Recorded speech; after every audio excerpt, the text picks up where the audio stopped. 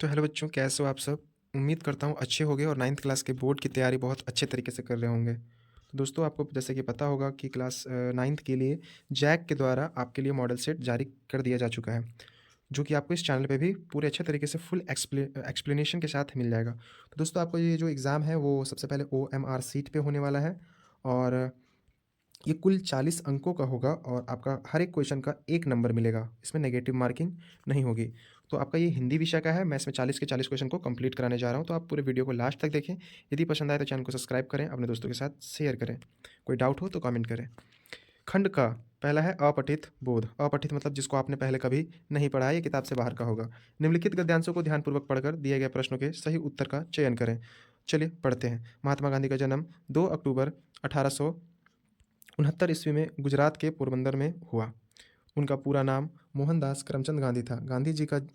गांधी जी सत्य और अहिंसा के पुजारी थे। उन्होंने स्वतंत्रता संग्राम में महत्वपूर्ण भूमिका निभाई और भारत के स्वतंत्रता दिलाने में अपना जीवन समर्पित कर दिया। उनका प्रमुख सिद्धांत सत्याग्रह था। उन्होंने अ, जिसमें उन्होंने जिसमें उन्होंने जिसमें उन्होंने अन्याय के खिलाफ अहिंसात्मक संघर्ष की बात की। गांधी जी का जीवन सादगी और आत्मनिर्भरता का प्रतीक था। वे अपने पहनावे, आचरण, विचारों से सादगी और सेवा का संदेश देते थे। 30 जनवरी 1948 ईस्वी में नई दिल्ली में नाथूराम गोडसे द्वारा उनकी हत्या कर दी गई। उनकी शिक्षाएं आज भी विश्व भर में प्रेरणा का स्रोत है। तो दोस्तों, इसी के साथ हमारा ये पैराग्राफ कंप्लीट हो गया, पैसेज कंप्लीट हो गया। तो अब हम पढ़ते हैं, फटाक से क्वेश्चन को पढ़ते हैं बिना देर किए हुए। तो दोस्तों, हमारा फर्स्ट क्वेश्चन है, महात्मा गांधी का जन्म कब और कहाँ हुआ? तो दोस्तों, अभी हमने तुरंत तुरंत पढ़ा है कि ऑप्शन नंबर 20 का जो है वो सही आंसर होगा, 2 अक्टूबर 1869 ईस्वी में पोरबंदर में। उसी तरफ अब क्वेश्चन नंबर 2 की तरफ बढ़ते हैं। क्वेश्चन नंबर 2 जो हमारा है, क्वेश्चन नंबर जो 2 हमारा हो जाएगा वो हो जाएगा कि गांधी जी का प्रमुख सिद्धांत क्या था? प्रमुख सिद्धांत क्या था दोस्तों? तो ऑप्शन नंबर बी सही हो जाएगा, अहिंसात्मक संघर्ष यानी सत्याग्रह। अब क्वेश्चन नंबर हमारा 3 है। क्वेश्चन नंबर 3, महात्मा गांधी के जीवन का प्रमुख गुण क्या था? जीवन का प्रमुख गुण, तो उनका जीवन का प्रमुख गुण जो हो जाएगा ऑप्शन नंबर बी सही आंसर, सादगी और आत्मनिर्भरता। सादगी और आत्मनिर्भरता। उसी तरह क्वेश्चन नंबर 4 की तरफ बढ़ते हैं। क्वेश्चन नंबर 4 जो है हमारे पास है वो है, महात्मा गांधी को सत्य और अहिंसा का पुजारी क्यों कहा जाता था? तो महात्मा गांधी को सत्य का और अहिंसा का पुजारी क्यों कहा जाता था?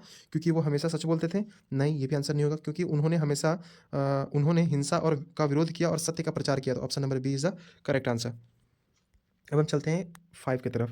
तो दोस्तों, 4 क्वेश्चन जो है वो हमारा अपठित गद्यांश से था। अब 4 क्वेश्चन जो है वो अपठित पद्यांश से भी होगा। तो पद को पहले पढ़ पढ़ लेते हैं। पद को ध्यानपूर्वक पढ़िए और सही उत्तर के आगे सही उत्तर का चयन कीजिए। यहाँ झरनों का संगीत है, वह वन का हरियाला रंग। यहाँ धरा का हर झोंका भरता है मन में उमंग। पर्वत, जंगल, नदियाँ, फूल, सब में छिपी कहानी। आदिवासियों की धरोहर, संस्कृति है अनमोल निशानी। माटी में जो गंध है वो मेहनत की पहचान। झारखंड की भूमि से जुड़ा हर इंसान। यहाँ त्योहारों की छटा दिलों की को खींच लाए। सरहुल करम और सोहराय जो खुशियाँ बरसाए। फिर है, झारखंड की संस्कृति का प्रमुख आधार क्या है? झारखंड की जो संस्कृति है इसका क्या है प्रमुख आधार? तो इसका ऑप्शन नंबर बी सही आंसर हो जाएगा, आदिवासियों की धरोहर। उसी तरीके से झारखंड की भूमि की गंध किससे जुड़ी है? झारखंड की भूमि की गंध जो है वो मेहनत से जुड़ी है। अभी अभी हमने पैसेज में पढ़ा है। तो दोस्तों, अब आगे की तरफ बढ़ते हैं, क्वेश्चन नंबर 7 की तरफ। क्वेश्चन नंबर 7 हमारा है, झारखंड की संस्कृति में किसकी कहानी छिपी हुई है? तो झारखंड की संस्कृति में ऑप्शन नंबर सी, पर्वत, जंगल और नदियों की कहानी छुपी हुई है। उसी तरीके से क्वेश्चन नंबर 8 की तरफ बढ़ते हैं। तो क्वेश्चन नंबर 8 जो है कि गद्यांश में झारखंड के कौन से त्योहारों का वर्णन है? अभी जो हमने गद्यांश पढ़ा उसमें कौन कौन से त्योहारों का नाम आया था वो पूछ रहा है। तो ऑप्शन नंबर सी जो हमारे पास है ये सही आंसर हो जाएगा, सरहुल, करम और सोहराय। तो दोस्तों, अगर आप इसको कॉपी पे नोट भी करना चाहेंगे तो आपको गद्यांश और पद्यांश को नोट नहीं करना है, केवल गद्यांश और पद्यांश को कैसे बनाते हैं उसके ऊपर ध्यान देना है, क्योंकि गद्यांश और पद्यांश जो है एक्चुअली आपके किताब से नहीं होता और आपने जो पढ़ा है वो भी नहीं रहेगा। ठीक है, आपके पास वहाँ गद्य और पद दिया हुआ रहेगा, आप उसको देखेंगे और केवल उसका पढ़ पढ़ करके आंसर देना है। तो उसको कॉपी पे नोट करने कर समय वेस्ट करने का जरूरत नहीं है। अब हमारे पास आता है खंड ख, जिसमें व्याकरण होता है। क्वेश्चन नंबर 9 से शुरू होगा व्याकरण आपका। हूबहू इसी पैटर्न पे होगा, इसलिए आप बहुत ध्यान से पढ़ें ताकि आप एग्जाम में बेहतर से बेहतर रिजल्ट कर पाएं। क्वेश्चन नंबर जो हमारा 9th है वो है, निम्नलिखित में से कौन सा शब्द जो है वो पुल्लिंग है? कौन सा शब्द हमारा जो है वो पुल्लिंग है, यानी पुरुष जाति को दिखाता है? दोस्तों, इसमें हम देखेंगे सबसे पहले कि निम्नलिखित में से कौन सा शब्द पुल्लिंग है। देवी, देवी तो हमारा क्या है? स्त्रीलिंग है। इसका पुल्लिंग क्या हो जाएगा? देव या तो देवता। उसी तरीके से छात्रा, छात्रा भी क्या है हमारा? स्त्रीलिंग है, स्त्रीलिंग है। उसी तरीके से बालिका भी क्या है हमारा? स्त्रीलिंग है। तो हमारे पास जो पुल्लिंग वर्ड है वो कौन सा है? राजा, राजा हमारा पुल्लिंग है। उसी तरीके से सेम नेक्स्ट क्वेश्चन हमारा, सूर्यास्त में आस्त के पहले जोड़ा गया सूर्य जो है वो कौन सा वर्ड है? सूर्यास्त में आस्त से पहले जोड़ा गया सूर्य जो है वो कौन सा वर्ड है? तो दोस्तों, हमारा आप ध्यान रखेंगे, सबसे पहले सूर्यास्त जो है वो 2 शब्दों से मिलकर बना हुआ है, सूर्य जोड़ अस्त। सूर्य जोड़ अस्त। तो दोस्तों, सूर्य जो है, सूर्य जो शब्द मेन होता है उसको हम बोलते हैं मूल शब्द। क्या बोलते हैं? मूल शब्द, ठीक है। और उसके बाद में जो जुड़ता है उसको हम बोलते हैं किसी मूल शब्द के। सूर्य तो आप जानते हो ना क्या होता है, सूर्य मतलब सूरज। तो सूरज हमारा मूल शब्द हो गया, जो मेन शब्द हो गया। उसके बाद अगर जुड़ता है तो उसको हम प्रत्यय बोलते हैं। और अगर सूरज के पहले कुछ जुड़ जाए तो इसको हम उपसर्ग बोलते हैं। जो पहले जुड़े उपसर्ग, जो बाद में जुड़े वो प्रत्यय। लेकिन ये पूछ रहा है कि सूर्योदय में सूर्य क्या है, तो उदय तो हमारा जो है वो प्रत्यय हो गया। उदय क्या हो गया, प्रत्यय। लेकिन सूर्य क्या है, सूर्य जो है वो हमारा मूल शब्द है। क्या है दोस्तों, मूल शब्द। तो इसमें हमारा जो ऑप्शन नंबर बी हो जाएगा वो सही आंसर हो जाएगा। उसी के साथ नेक्स्ट क्वेश्चन के साथ बढ़ते हैं आगे। निम्नलिखित में कौन सा शब्द जो है वो उपसर्ग से बना है, तो उपसर्ग से हमारा पुनर्जन्म बना है। क्या बना है, पुनर्जन्म। पुनर्जोड़ जन्म, तो जन्म जो है वो हमारा मूल शब्द है और पुनर् जो है वो उसमें उपसर्ग लगा हुआ है, ठीक है।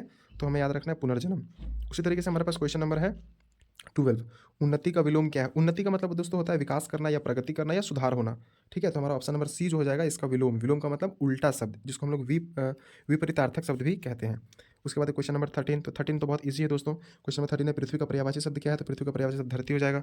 बहुत easy. Question number 14। Question number 14 में निम्नलिखित में से अशुद्ध वाक्य कौन सा है। अशुद्ध मतलब जो व्याकरण के अनुसार देखा जाए तो वो जो गलत होगा। बच्चों ने मैदान में खेला, सही है, कोई दिक्कत नहीं है। फिर है मुझे तुम्हारे साथ जाना है, ये भी सही है, कोई दिक्कत नहीं है। बारिश होने लगी, ये भी सही है, कोई दिक्कत नहीं है। वे सुबह जल्दी उठता है, वे सुबह जल्दी उठता है क्या होता है, या तो होना चाहिए वह सुबह जल्दी उठता है, या तो क्या होना चाहिए, वह सुबह जल्दी होता है, या तो फिर होना चाहिए कि वे सुबह जल्दी उठते हैं। उठता है लिखा हुआ है जहाँ पे, वहाँ पे होना चाहिए था उठते हैं, तब भी सही हो जाता।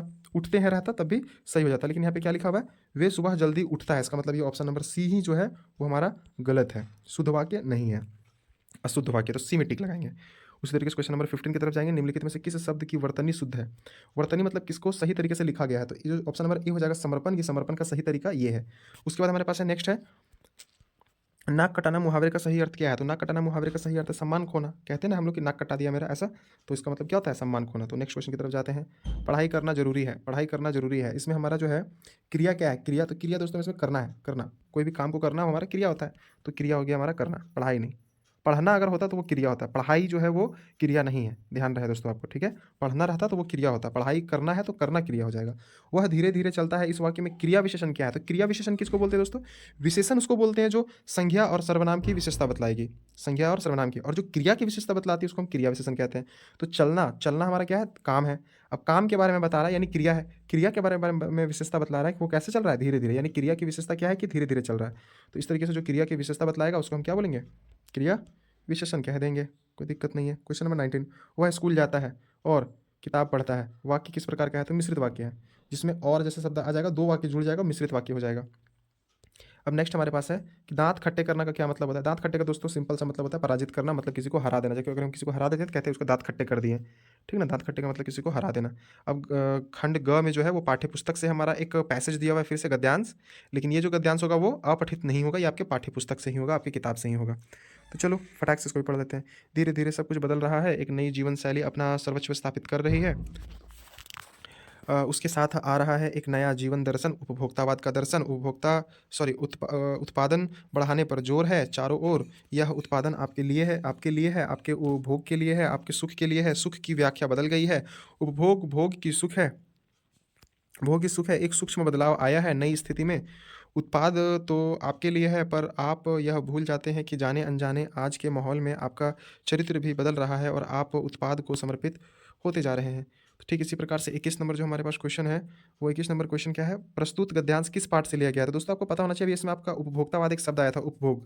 तो उस तरीके से दोस्तों आपको ऐसा ही हिंट मिल जाएगा। अगर आपको नहीं भी पता रहेगा फिर भी आप लगा लोगे ऑप्शन नंबर ए जो है उपभोक्तावाद की संस्कृति। इसीलिए दोस्तों इस तरह का क्रिएटिव माइंड आपको रखना है कि अगर आपको आंसर नहीं भी पता है तो पैसेज को देख करके समझ जाए, कुछ कुछ वर्ड्स को देख करके समझ जाए कि उसका आंसर क्या होना चाहिए, ठीक है। इतना हिंट के बावजूद अगर आप नहीं समझोगे तो सही बता रहा हूँ, आपको बहुत मेहनत करने की जरूरत है, ठीक है। उसके बाद नेक्स्ट हमारा क्वेश्चन क्या है, धीरे धीरे सब कुछ बदल रहा है, इस वाक्य में धीरे धीरे क्या है। तो दोस्त धीरे धीरे जो है वो क्रिया विशेषण है, ठीक है। बदलना, धीरे धीरे सब कुछ बदल रहा है, तो बदलना का मतलब क्या हुआ, बदलना एक काम है, बदलना एक क्रिया है। अब कैसे बदल रहा है, धीरे धीरे। तो धीरे धीरे क्या हुआ, क्रिया की विशेषता को बतला रहा है, इसलिए क्रिया विशेषण हो जाएगा। क्वेश्चन नंबर हमारा 23 है, गद्यांश के अनुसार वर्तमान जीवन शैली किस पर आधारित है। वर्तमान जीवन शैली जो है वो किस पर आधारित है, तो उपभोक्तावाद पर। किस पर, उपभोक्तावाद पर, ठीक है।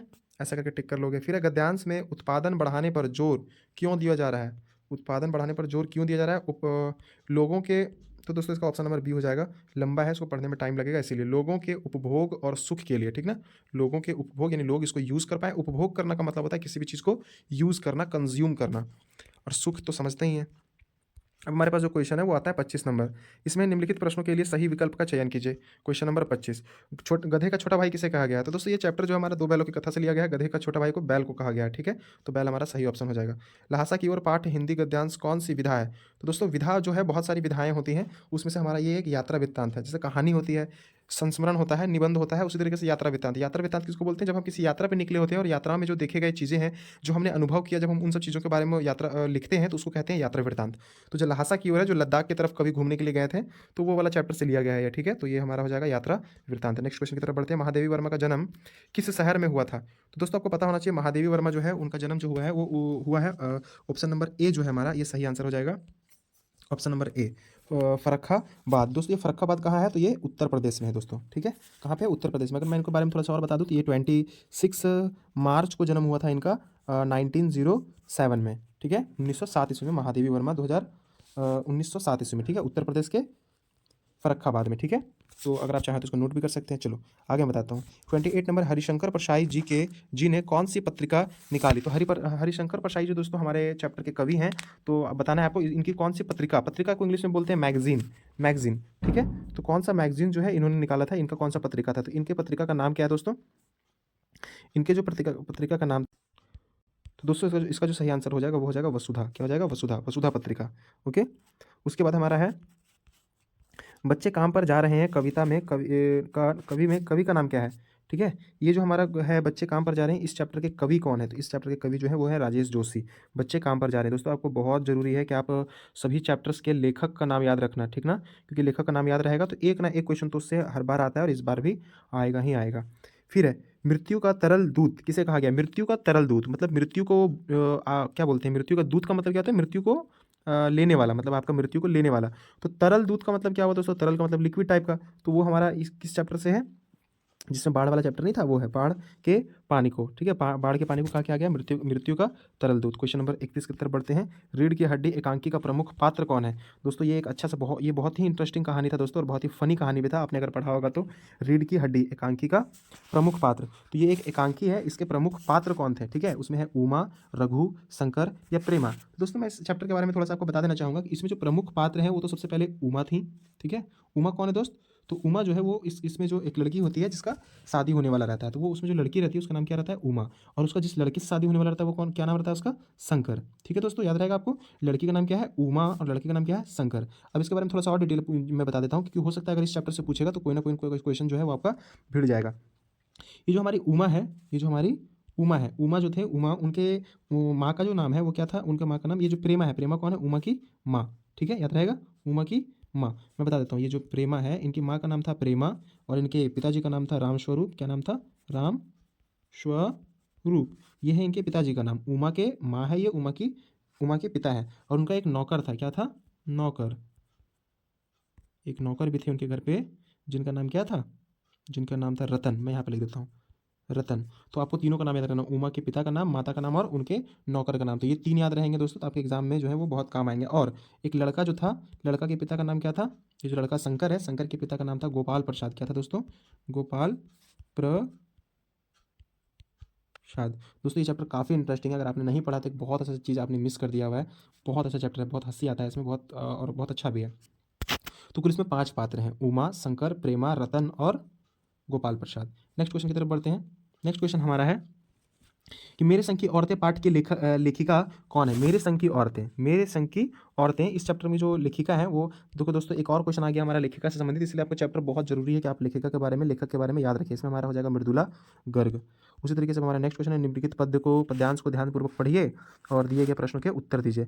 रंग रंग के फूलों में रिलमिल हंस रही सखियाँ मटर खड़ी। उसके बाद है मखमली पेटियों सी लटकी छिमियाँ छिपाए बीज लड़ी, फिरती है रंग रंग की तितली, रंग रंग में फूलों का सुंदर, फूलें फिरते हैं फूल स्वयं, उड़ उड़ वृंतों से वृंतों पर। तो दोस्तों इस तरीके से आपको पढ़ लेना है। प्रस्तुत काव्यांश के कवि कौन है? तो दोस्तों आपको पता होना चाहिए कि जो प्रमुख, ये जो हमारा पद्यांश दिया हुआ है, इसके प्रमुख कवि कौन है? तो इसके प्रमुख कवि जो है हो जाएंगे माखनलाल चतुर्वेदी। दोस्तों याद होना चाहिए आपको। उसके बाद है हमारे पास इन काव्यांश में रंग रंग फूलों में कवियों का क्या व्यक्त करना चाहता है। ठीक है, इसमें क्या लिखा हुआ है, इस काव्यांश में रंग रंग के फूलों से कवि क्या व्यक्त करना चाहता है। रंग रंग के फूल यानी क्या व्यक्त करना चाहता है, इसमें फूलों की विविधता। विविधता का मतलब छिमिया छिपाए बीज लड़ी पंक्ति का क्या तात्पर्य है। तो इसका जो आंसर हो जाएगा ऑप्शन नंबर सी जो है इसका करेक्ट आंसर हो जाएगा, मटर की फलियों में छिपे बीज। उसी तरीके से अब हम नेक्स्ट क्वेश्चन की तरफ चलेंगे। तो नेक्स्ट क्वेश्चन हमारा क्या है, प्रस्तुत काव्यांश किस कविता से लिया गया है। ये जो हमारा काव्यांश है, ऊपर वाला जो काव्यांश दिया हुआ था वो किस कविता से लिया हुआ है दोस्तों। तो आपको याद होना चाहिए ग्रामश्री से लिया गया। अगर आपने ग्रामश्री को पढ़ा होगा तो आपको बेहतर तरीके से याद होगा। निम्नलिखित प्रश्नों के सही विकल्प का चयन कीजिए। निम्नलिखित प्रश्नों में सही विकल्प का चयन कीजिए। तो कबीरदास के अनुसार ईश्वर कहाँ रहते हैं। तो ईश्वर दोस्तों कबीरदास के अनुसार अगर देखा जाए तो वो कहाँ रहते हैं, हर एक प्राणी के हृदय में रहते हैं। ठीक है, अब दूसरा हमारा वाक शब्द का क्या अर्थ होता है। वाक दोस्तों, वाक शब्द का जो अर्थ होता है वो हमारा होता है वाणी। ठीक है, तो उसी तरीके से रसखान की काव्य भाषा क्या है दोस्तों, रसखान की काव्य भाषा क्या है, ब्रजभाषा। अब हमारा अंतिम क्वेश्चन बचता है दोस्तों। इसके पहले मैं कहना चाहूँगा प्लीज़ अगर आपको वीडियो पसंद आया हो, अगर आपको अगर इससे हेल्प मिला हो एग्ज़ाम के टाइम में, तो अपने दोस्तों के साथ शेयर करें और अगर चैनल को सब्सक्राइब करें, वीडियो को लाइक करें। और किसी भी प्रकार का प्रॉब्लम है तो आप कमेंट करें। कुछ चाहिए तो उसके लिए भी आप कमेंट कर सकते हैं। कुछ चाहिए का मतलब क्वेश्चन चाहिए तो। अब नेक्स्ट हमारा लास्ट क्वेश्चन जो है, मेघ आए कविता में मेघ का आगमन किस रूप में हुआ है। तो मेघ का आगमन जो हुआ है दोस्तों, अगर आपने चैप्टर पढ़ा होगा तो आपको पता होगा, इसमें मेघ का आगमन मेहमान के रूप में हुआ है। मेघ को मेहमान समझा गया है ना। इसी के साथ हमारा चैप्टर समाप्त होता है। आशा करता हूँ कि आपको वीडियो अच्छा लगा होगा। अगर अच्छा लगा होगा तो प्लीज़ लाइक करें, कमेंट करें, शेयर करें, चैनल को सब्सक्राइब करें। ठीक है, ऑल द बेस्ट। मिलूंगा मैं नेक्स्ट वीडियो में। आपका एग्ज़ाम बहुत बेहतर हो। Thank you, bye bye.